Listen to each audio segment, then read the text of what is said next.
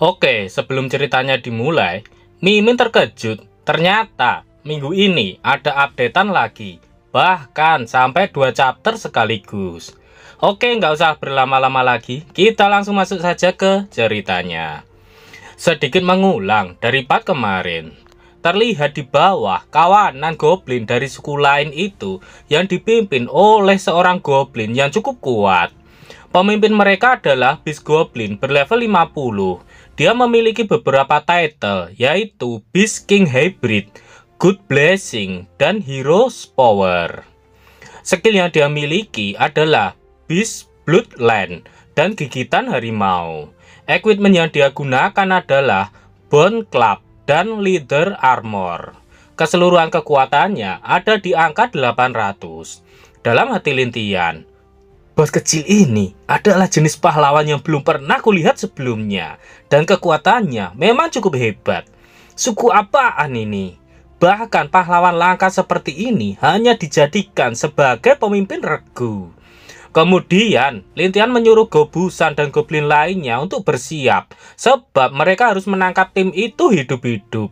Menurut Lintian, mereka adalah tim khusus dari suku yang besar. Beast Goblin menyadari jika ada bau samar-samar cairan merah di sana. Namun goblin lain sama sekali tidak menciumnya. Beast Goblin mengatakan jika kemungkinan ada makanan yang masuk ke dalam gua. Jadi dia menyuruh semua goblin untuk bersiap untuk merayakan pesta besar hari ini. Tiba-tiba tanpa Beast Goblin dan goblin yang ada di sana sadari, anak buah Lintian telah datang menyerang dengan kecepatan yang luar biasa. Dia memotong beberapa bagian tubuh Beast Goblin dengan daggernya yang membuatnya tidak bisa berdiri. Beast Goblin mengatakan jika ada musuh dan goblin lainnya langsung bersiap mengelilingi bosnya itu untuk melindunginya. Tiba-tiba dari balik air terjun ada sebuah tangan yang keluar dan langsung menangkap salah satu goblin itu. Dia adalah Goblin Rex. Kemunculannya membuat goblin lain berlarian untuk menyelamatkan diri. Beast Goblin kesal karena ada banyak goblin yang menyergapnya.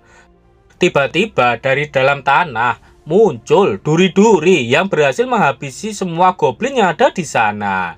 Namun ada salah satu goblin yang berhasil selamat. Dia mencoba berlari kembali dan akan melaporkan kepada bosnya bahwa sarang mereka telah direbut oleh suku lain. Namun dari atas, sebuah crossbow ditembakkan ke arah goblin itu.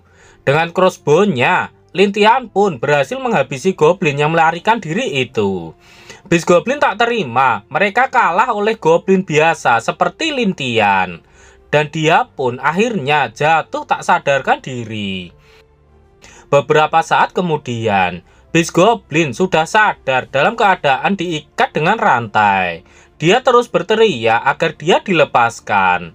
Dia sangat marah karena Lintian hanya goblin biasa datang ke sana untuk menanyainya.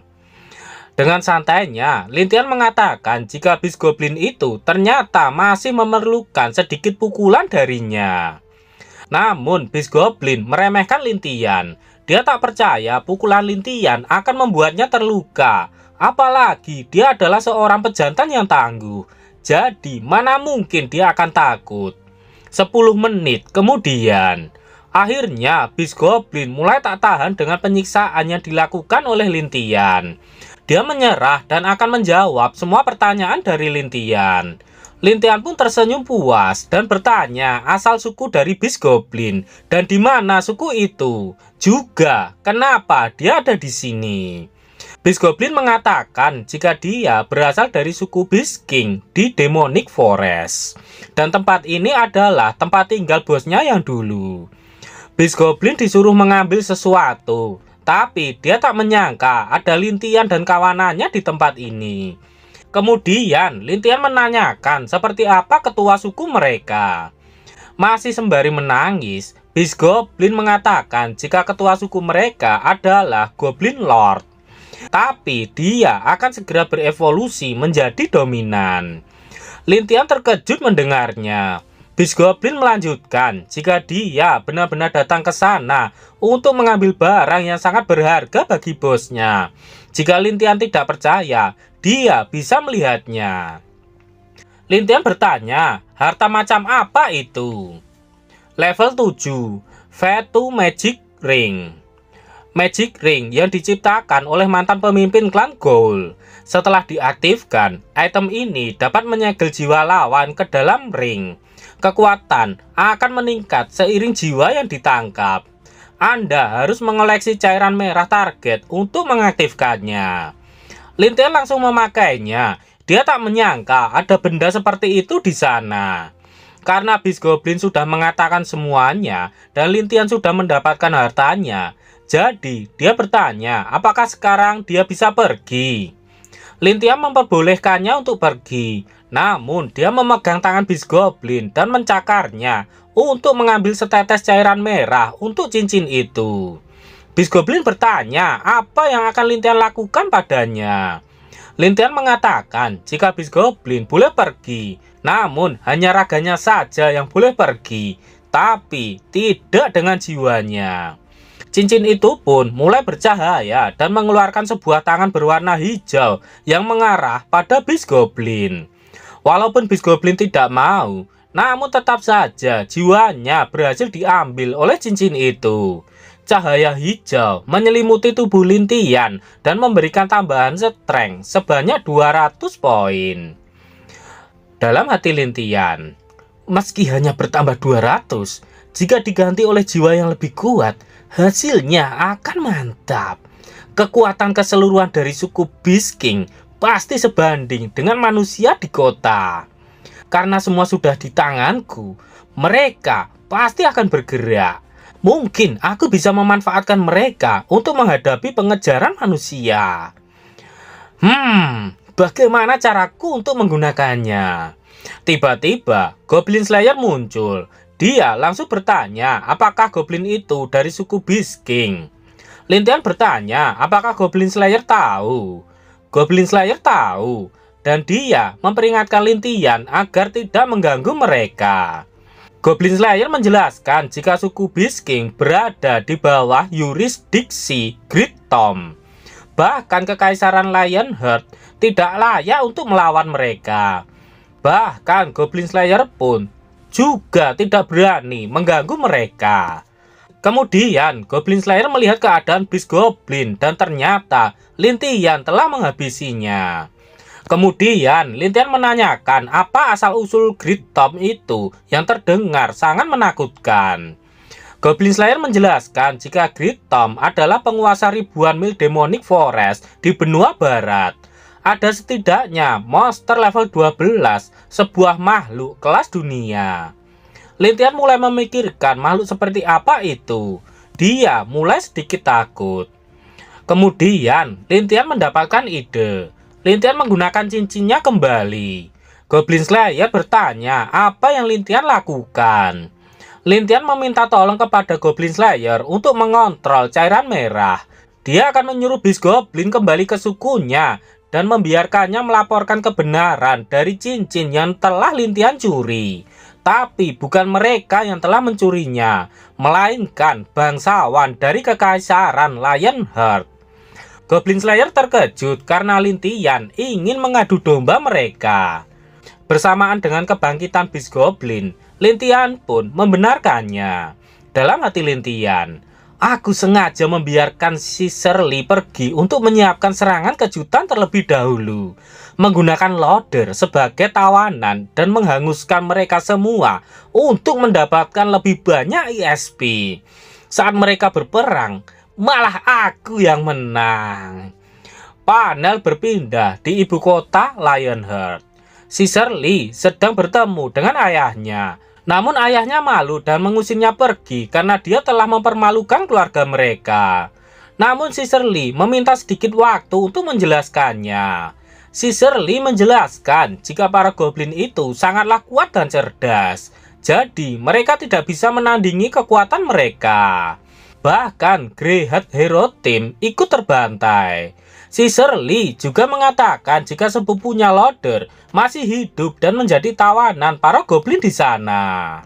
Inilah ayah dari si Shirley. Dia adalah Pheromone. Pheromone terlihat sangat kesal. Dia marah, dia menunjuk si Shirley yang masih bisa berbicara meskipun sudah kalah oleh Goblin. Bahkan Loader juga kalah. Karena perbuatan mereka, semua orang sekarang sedang mentertawakan keluarga mereka.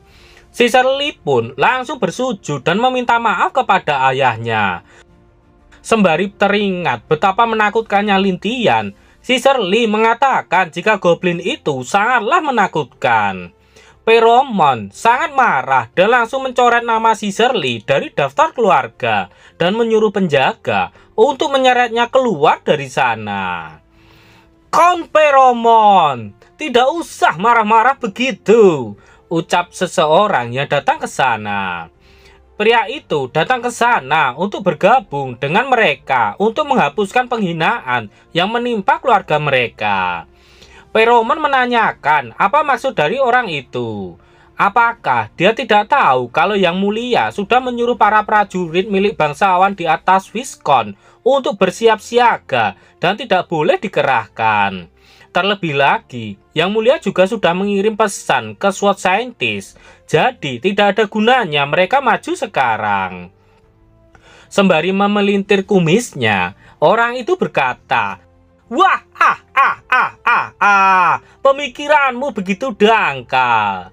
Kalau SWAT Scientist menyelesaikan segalanya, maka Yang Mulia akan mengira kalau kedua keluarga kita tidaklah becus. Apakah kau ingin dia melakukan itu?" Peromon terkejut mendengar ucapan dari pria itu.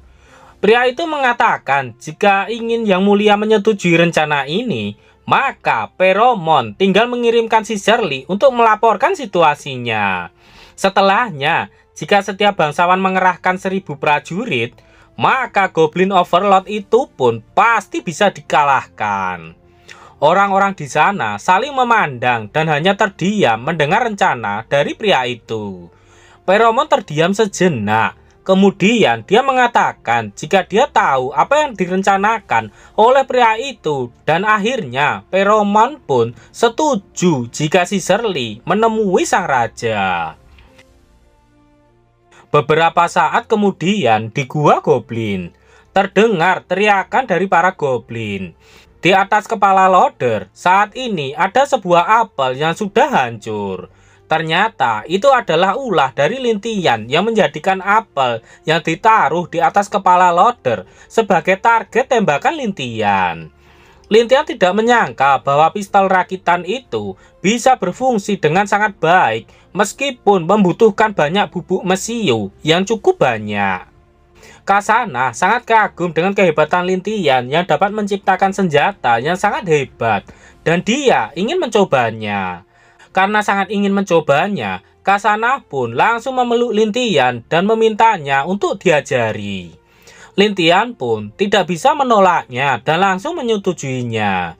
Tiba-tiba, ada seseorang yang datang dan melaporkan jika ada pasukan besar yang saat ini berkumpul di kota Brick dan mereka sudah siap bertempur. Gobusan juga melaporkan jika dia melihat ada banyak goblin mendekat ke sana. Dan sepertinya itu dari suku Beast King. Lintian tak takut. Menurutnya ini semakin seru. Panel berpindah di suku Beast King. Beast Goblin melaporkan jika para manusia mengambil cincin itu. Beast King sangat marah dan menghajar Beast Goblin hingga terkapar di lantai. Beast King sangat marah dan menyuruh semuanya untuk segera menyerang dan memakan manusia itu. Panel berpindah di kota Brick. Pasukan penyerang sudah berkumpul untuk segera menyerang para goblin. Wali kota yang baru menyambut kedatangan Lord Peromon dan Lord Stanmon. Stanmon bertanya di mana SWAT Scientist. Si kumis bertudung mengatakan jika SWAT Scientist sedang pergi dan bertanya apa yang mereka lakukan di sini.